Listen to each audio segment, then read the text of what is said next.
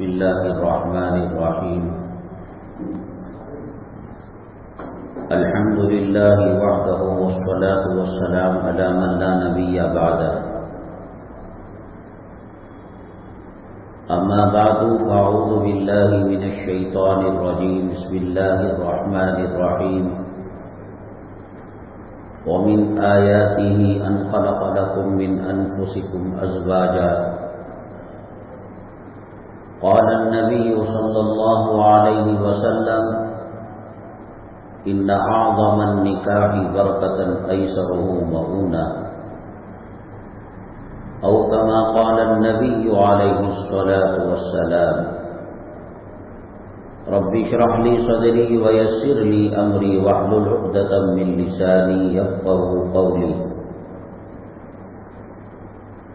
اللهم صل على سيدنا مولانا محمد في أول كلامنا اللهم صل على سيدنا مولانا محمد في أوسط كلامنا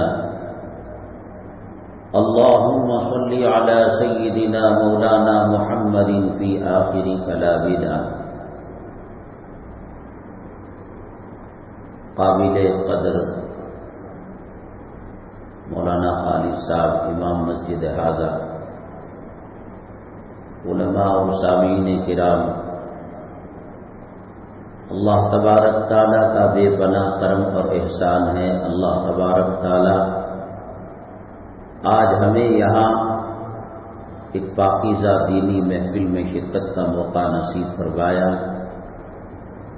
اللہ تبارک تعالیٰ ہمارے جمع ہونے کو، کہنے کو، سننے کو قبول فرمائے اور دنیا اور آخرت میں کامیابی کا ذریعہ بنائے۔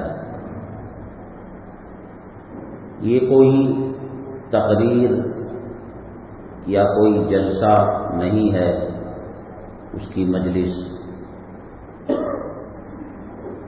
جو لوگ علماء سے جڑے ہوتے ہیں اور اس محفل کی قدر و قیمت کو پہچانتے ہیں، ان کی خواہش ہوتی ہے کہ چونکہ مجلس نکاح ہے، اس تعلق سے کچھ باتیں سامنے آ جائیں۔ یہ نکاح کی مجلس یہ کوئی آج کی نئی نہیں ہے، یہ جنت سے نکلی ہے اور یہ جنت میں جا کر پہنچے گی۔ سیدنا آدم علی نبینا علیہ الصلاۃ والسلام جب جنت میں آپ کو داخل کیا گیا، ساری نعمتیں تھیں جنت کی، اس میں کوئی تعمیری کام باقی نہیں تھا، سب کچھ ویسے ہی تھا جیسے اب ہے۔ اور انشاءاللہ امت مسلمہ جب جائیں گے، مسلمان جائیں گے، تب دیکھیں گے۔ انڈر پروسیس نہیں تھا کہ چھت باقی ہے، پلر باقی ہے، نہروں کا کام باقی ہے۔ اللہ اسباب کا محتاج نہیں ہے۔ اللہ تعالیٰ کہہ دیں گے کن فیکون تو وہ ہو جائے گا۔ حضرت آدم علیہ السلام ساری جنت میں جہاں چاہے جا سکتے تھے، کھا سکتے تھے، پی سکتے تھے، رہ سکتے، سب کچھ آزادی تھی، اللہ کی طرف سے اجازت بھی تھی۔ اللہ تبارک تعالیٰ نے زمین و آسمان کے اندر جو نعمتیں پیدا فرمائی، ان میں سب سے زیادہ قابل قدر اور سکون پہنچانے والی نعمت عورت ہے۔ اب بتائیے کہ جب طبیعت نہیں لگ رہی تھی تو اللہ تعالیٰ ایک اور محل دے دیتا، ایک اور نہر دے دیتا، کچھ اور سہولیات فراہم کر دیتا، لیکن ایک نیک عورت مرد کی تسکین کا جو ذریعہ بن سکتی ہے، سات زمین سات آسمان کے خزانے اس کی تلافی نہیں کر سکتے۔ اللہ تبارک تعالیٰ نے آپ کی راحت کے لیے، آپ تصور کیجئے کہ جنت کی نعمتیں اور جنت کی راحتیں مکمل اطمینان نہیں پہنچا رہی ہیں۔ عورت نیک صالحہ آئی تب آدم علیہ السلام کو سکون ملا۔ جب قریب جانا چاہے اللہ تعالیٰ نے کہا کہ نہیں، ایسے ہاتھ نہیں لگا سکتے، مہر دینا پڑے گا۔ آدم علیہ السلام نے کہا اللہ میں تیرا بندہ، تیری مخلوق، جنت تیری مخلوق، اور یہ حوا یہ بھی آپ کی مخلوق، کیا مہر دیں، کیا ہے ہمارے پاس؟ اللہ تعالیٰ نے کہا آپ کی ذریت اور آپ کی نسل اور آپ کی اولاد کے اندر پیغمبروں کا سلسلہ جاری اور ساری ہوگا، اور اس میں آخری پیغمبر سرور کونین جناب محمد الرسول اللہ صلی اللہ علیہ وسلم تشریف لائیں گے، ان پر درود پڑھو، آپ کا مہر ادا ہو جائے گا۔ ابھی دنیا بسی نہیں، ابھی دنیا میں آدم علیہ السلام آئے نہیں، ابھی اولاد پیدا ہوئی نہیں، اللہ کے نبی صلی اللہ علیہ وسلم کا مقام و مرتبہ اللہ نے اتنا بلند کیا کہ کہا کہ آپ ان پر درود پڑھیں تب مہر پورا ہو جائے گا۔ نماز دنیا میں آئی، قرآن دنیا میں آیا، روزہ دنیا میں آیا، زکوٰۃ دنیا میں آئی، صدقہ خیرات دنیا میں آئے، سارے کے سارے شریعت کے اعمال سیدنا آدم علی نبینا علیہ الصلاۃ والسلام سے لے کر سرور کونین جناب محمد رسول اللہ صلی اللہ علیہ وسلم تک، اور آپ سے لے کر قیامت تک کے جتنے شرعی احکام ہیں وہ دنیا میں آئے۔ نکاح اتنا بابرکت عمل ہے، فضیلت والا، حسن والا، خوبصورتی والا، اللہ نے اس کی شروعات جنت سے کی۔ جنت میں نماز نہیں ہے، جنت میں روزہ نہیں ہے، جنت میں زکوٰۃ نہیں ہے، لیکن نکاح شروع ہوا۔ جو مومن مسلمان شریعت کے حساب سے نکاح کرے گا، اللہ کے نبی جناب محمد رسول اللہ صلی اللہ علیہ وسلم کے بتائے ہوئے طریقے پر نکاح کرے گا، تو یہ نکاح عالم برزخ میں بھی باقی رہے گا، عالم آخرت میں باقی رہے گا۔ یہ شروع وہاں سے ہوا تھا، وہاں تک پہنچے گا۔ جو نکاح فلمی اسٹائل کے ہوں گے، ڈراموں کو دیکھ کر، فلموں کو دیکھ کر کیے جائیں گے، وہ دنیا میں 5 جماگیاں ختم ہونے نہیں پاتی۔ وہ عورت ایک اژدھا بن جاتی ہے، وہ عورت ایک سام بن جاتی ہے، وہ عورت ایک عذاب بن جاتی ہے۔ گھر تاج محل کے سنگ مرمر سے نہیں بنتا، ماربل سے نہیں بنتا، پھول بوٹوں کے پتھروں سے نہیں بنتا۔ یہ بی ڈی اے کا مکان ہے، یہ کمپلیکس ہے، یہ کارپوریشن ہے، یہ سلم ایریا ہے، اس کی ویلیو یہ ہے وہ ہے۔ اللہ کی قسم، امریکہ کے وائٹ ہاؤس کو آپ گھر بنا لے، تاج محل لال قلعے کو، بلند دروازے کو گھر بنا لے، جس گھر کی عورت بدکردار ہوتی ہے، بددین ہوتی ہے، وہاں راحت نہیں مل سکتی۔ جنگل کی جھوپڑی کے اندر نیکوکار عورت ہے، اللہ تبارک تعالیٰ اس جھوپڑی کے اندر جنت کے مزے دیں گے۔ یہ میں اور کسی مولوی صاحب اور دارالعلوم کے مفتی صاحب کا فتویٰ نہیں ہے، اللہ کے نبی جناب محمد رسول اللہ صلی اللہ علیہ وسلم نے فرمایا الدنیا متاع وخیر متاع الدنیا المرأۃ الصالحہ۔ تمام میری جو نعمتیں ہیں وہ انسانوں کے لیے ہیں، اور ان میں سب سے بہترین نعمت ایک نیکوکار عورت ہے۔ عورت کے فتنے کو سوائے دیندار کے اور کوئی پہچان نہیں سکتا۔ جو داڑھی منڈے ہیں، جو بے نمازی ہیں، جو جوڑے کی رقم لیتے ہیں، جو کیمرہ کشی کرتے ہیں، جو حرام کا کام کرتے ہیں، اللہ کا قرآن جھوٹا ہو جائے گا اگر ان کی زندگی کے اندر راحت ہو جائے۔ من اعرض عن ذکری فإن له معیشۃ ضنکا ونحشرہ یوم القیامۃ اعمی۔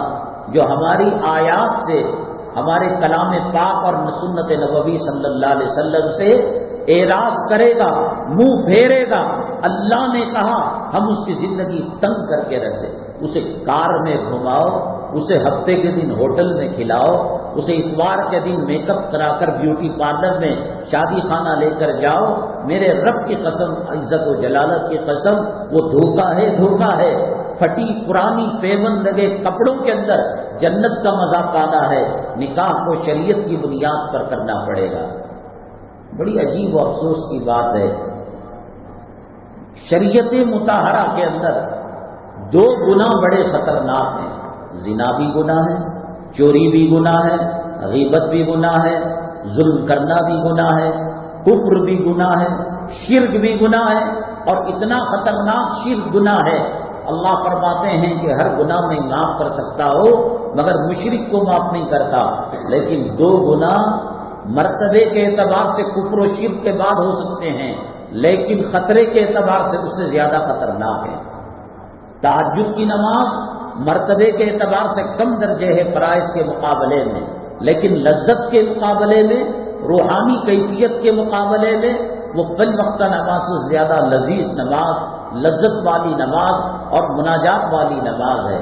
اللہ کے نبی صلی اللہ علیہ وسلم نے فرمایا، اللہ تعالیٰ فرماتے ہیں حدیث قدسی میں، جس حدیث میں اللہ کی بات نقل کی جاتی ہے اس کو حدیث قدسی کہتے ہیں۔ اللہ فرماتے ہیں میرے ولیوں کی توہین جو کرے گا، آج مؤذنوں کی توہین، ائمہ کی توہین، علماء کی توہین، مدارس کے بچوں کی توہین، قرآن پڑھانے والوں کی توہین ایک عام وتیرہ بن چکا ہے۔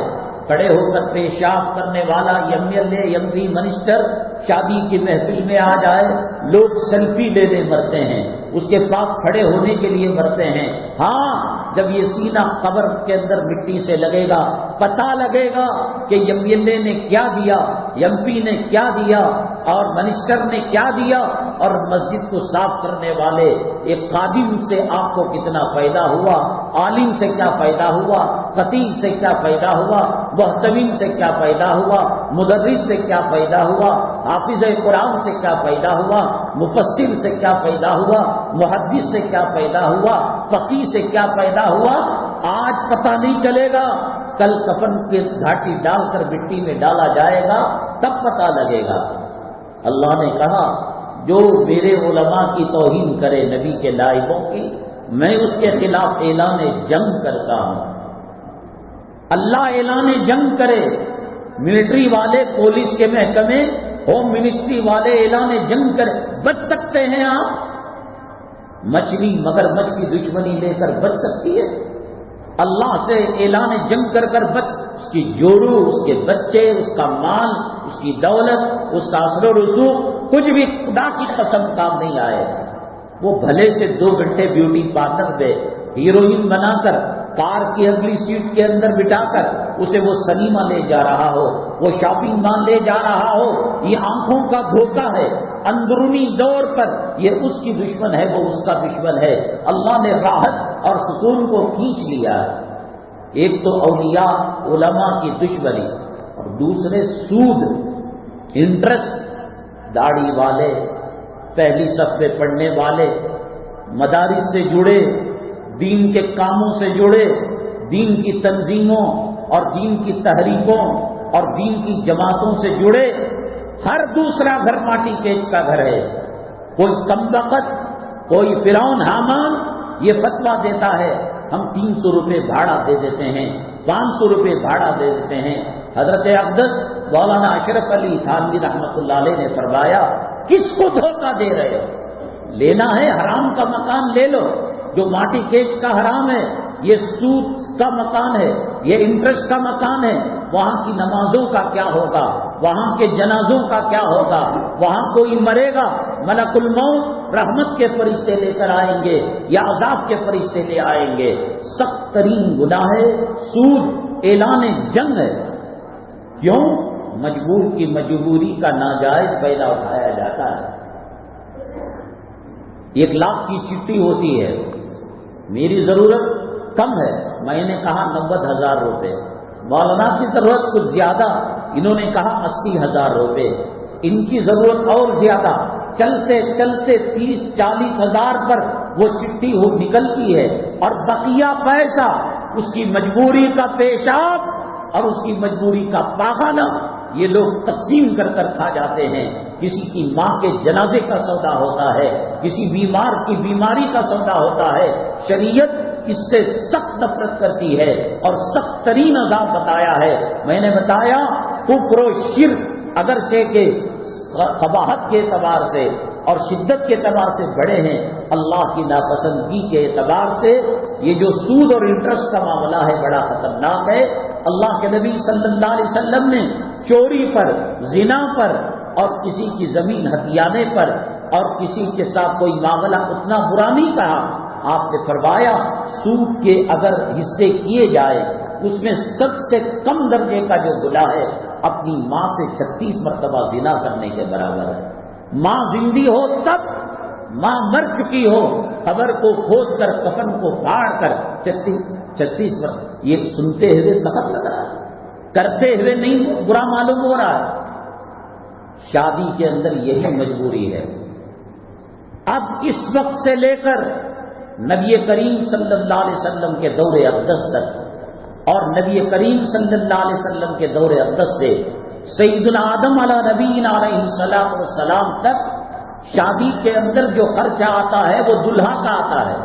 کھجور دلہا لائیں گے، مہر یہ دیں گے، بیوی کو کپڑا یہ دیں گے، بیوی کو ٹھکانہ یہ دیں گے، کھانا یہ دیں گے، سب کچھ۔ لیکن لڑکیوں کی طرف سے جو دعوت ہے، کوئی مائی کا لال آج دن کے اجالے میں ڈنکے کی چوٹ سے کہہ دے کہ قرآن سے اس کا ثبوت ملتا ہے، اولیاء کی زندگی سے اس کا ثبوت ملتا ہے، انبیاء کی زندگی سے ثبوت ملتا ہے، میں منہ مانگا انعام دینے کے لیے تیار ہوں۔ حرام ہے ناجائز ہے، سوائے مجبوری کی صورت کے کہ لڑکی اٹھ نہیں رہی ہے، لڑکی کے لیے مسائل ہیں، بال سفید ہوتے جا رہے ہیں اور عمر ڈھلتی جا رہی ہے، اور کوئی خبیث مردود اور مردوں کو جھپٹنے والی چیل اور جانور بے حیا یہ کہتا ہے کہ 200 کی آدمیوں کی دعوت کے بغیر، 1000 آدمیوں کی دعوت کے بغیر میں نکاح، مجبوری ہے، بیچاری بوڑھی ہو جائے گی، معذور ہو جائے گی، مجبوری کے اندر خنزیر کا گوشت جائز ہو جاتا ہے، شراب پینا جائز ہو جاتا ہے۔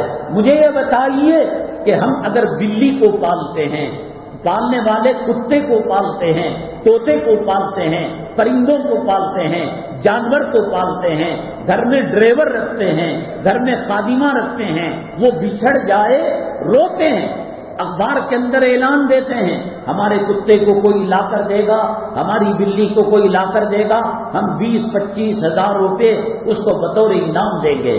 جس باپ نے بچی کو نازوں سے پالا تھا، جس ماں نے سینے سے لگا کر پالا تھا، جس ماں نے اپنے رحم مادر کے اندر 9 مہینے اسے خون دیا تھا، اسے خون سینچ کر اس کی پرورش کی تھی، آج اس کے گھر سے بچی ودا ہو کر جا رہی ہے، یہ ماں جشن منائے گی، یہ باپ جشن منائے گا؟ وہ تو آنکھوں سے آنسو کا سیلاب نکالیں گے، کہیں گے بٹیا جدا ہو رہی ہے، اس کے پلنگ کو دیکھ کر، اس کے بسترے کو دیکھ کر، اس کے کپڑوں کو دیکھ کر ماں بچتی ہے۔ کتا گم ہو جانے پر آنکھوں سے آنسو کے قطرے نکلتے ہیں، جانور کے گم ہو جانے پر آدمی دل ملا جاتا ہے۔ جس بچی کو ناز و نخروں سے پالا، آج اس کے باپ کے دل پر کیا بیت رہی ہے، آج اس کے ماں اور اس کے بھائی بہنوں کے دل پر کیا بیت رہی ہے۔ کتنی بے شرمی، بے حیا ہے کہ ماں کے سینے کے اوپر بچی کا جنازہ رکھ کر، باپ کے دل دماغ کے اوپر بچی کا بوجھ رکھ کر اس کا کھانا کھا رہے ہیں۔ شرم ہے، حیا ہے؟ روتے انسان کے گھر اللہ کے نبی صلی اللہ علیہ وسلم نے فرمایا ابھی آل جعفر کے لیے کھانا بھیجو، مردے کے گھر کھانا کھانا مکروہ ہے، دینا ثواب ہے، اور آپ زندہ مردہ بچی جا رہی ہے، ماں تڑپ رہی ہے، باپ رو رہا ہے۔ کل بھی حرام تھا، آج بھی حرام ہے اور قیامت تک حرام رہے گا۔ جو شادیاں شریعت سے ہٹ کر ہوں گی فلمی انداز میں، ان شادیوں کا انجام وہی ہوگا جو فلم کے اندر ہے۔ فلم انڈسٹری کے اندر آپ مجھے بتائے کون ایک جورو کو لے کر ساری زندگی مطمئن تھا؟ کون ہیروئن ایک ہیرو کے ساتھ زندگی گزار کر مطمئن تھی؟ وہ سونگ کر چھوڑا، اس نے کھا لیا، وہ چبا کر چھوڑا، اس نے کھا لیا، جھوٹے حرام کے نوالے کھا کر زندگی گزار رہے۔ حضرت فاطمہ رضی اللہ تعالیٰ عنہ کے گھر میں کیا تھا؟ حضرت علی کیسے زندگی گزارے کرتے تھے؟ حضرات حسنین کیسے زندگی گزارا کرتے تھے؟ میرے محبوب چاہے دعا کے لیے ہاتھ اٹھائے اور کہیں اے اللہ بنو اسرائیل کو تو من و سلوہ دینے والا، حضرت عیسیٰ علیہ السلام کی قوم کو مائدہ جنت کا دسترخوان دینے والا میری بیٹی بھوک سے تڑپ رہی ہے، میرے نواسے بھوک سے بلبلا رہے، کیا ایک دعا پر من و سلوہ نہیں اتر سکتا؟ کیا دسترخوان جنت کا نہیں اتر سکتا؟ لیکن اللہ کے نبی صلی اللہ علیہ وسلم یہ تربیت دینا چاہتے ہیں، غربت کے ساتھ کیوں نہ ہو، اللہ نے وہ مقام دیا۔ حضرت علی کو فرمایا، علی کیا تم اس بات پر راضی ہو کہ جنت میں تمہارا گھر میرے گھر کے سامنے ہوگا؟ حضرات حسنین کے بارے میں کہا، سیدہ شباب اہل الجنت الحسن والحسین، جنتی نوجوانوں کے سردار ہے۔ حضرت فاطمہ کے بارے میں فرمایا، وسیدۃ نساء اہل الجنت فاطمہ رضی اللہ تعالی عنہا، جنتی عورتوں کی سردار ہے۔ گھر میں روحانیت، گھر میں لذت، گھر میں جنت کے مزے اور گھر کو جنت کی کیاری بنانا چاہتے ہو تو ان حرام کاموں سے بچ کر آپ فلمی انداز سے ہٹ کر سنت کے مطابق نکاح کریں گے، اللہ خیر و برکت مرحمت فرمائیں گے، اللہ تعالیٰ میاں بیوی کے اندر الفت محبت پیدا فرمائے، خرافات سے اللہ ہماری اور ہمارے معاشرے کی حفاظت فرمائے اور شادی سنت کے مطابق کرنے کی توفیق نصیب فرمائے۔ جو خلاف شرع امور پر مشتمل شادی ہوتی ہے اللہ تعالیٰ اس سے ہماری حفاظت فرمائے۔ حاضرین محفل نکاح خوانی کی اجازت دے۔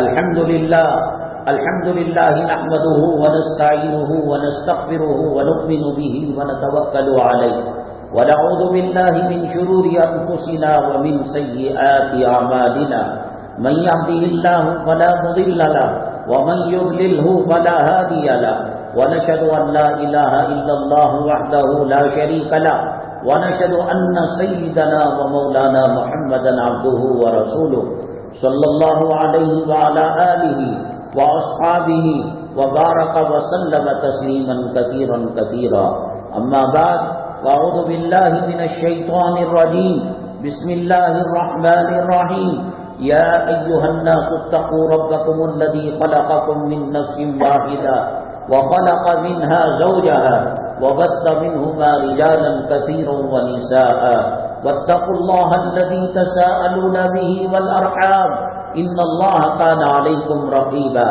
يا أيها الذين آمنوا اتقوا الله حق تقاته ولا تموتن إلا وأنتم مسلمون يا أيها الذين آمنوا اتقوا الله وقولوا قولا سديدا يصلح لكم أعمالكم ويغفر لكم ذنوبكم ومن يطع الله ورسوله فقد فاز فوزا عظيما قال النبي صلى الله عليه وسلم النكاح من سنتي وقال عليه السلام فمن رغب عن سنتي فليس مني او كما قال النبي عليه الصلاة والسلام۔ دلہا جناب عمران بادشاہ صاحب، میں نے آپ کا نکاح اللہ جل جلالہ کے حکم کے مطابق نبی کریم صلی اللہ علیہ وسلم کے سنت کے موافق محمد منور صاحب کی صاحبزادی بی بی حلیمہ سلمہ سے محمد عظمت صاحب کی وکالت عبد الغفار اور فیاض صاحبان کی گواہیوں میں 9 گرام سونا بشکل زیور مہر معجل کے عوض میں نے آپ کا نکاح کیا، کیا آپ نے قبول کیا؟ الحمدللہ۔ بارک اللہ لکما بارک اللہ علیکما وجمع بینکما فی خیر۔ الحمد للہ رب العالمین والصلاة والسلام علی سید المرسلین وعلی آلہ وصحبہ اجمعین ومن تبعهم بإحسان الى یوم الدین۔ اللہم ارحم امت محمد صلی اللہ علیہ وسلم، اللہم اصلح امت محمد صلی اللہ علیہ وسلم، اللہم فرج عن امت محمد صلی اللہ علیہ وسلم۔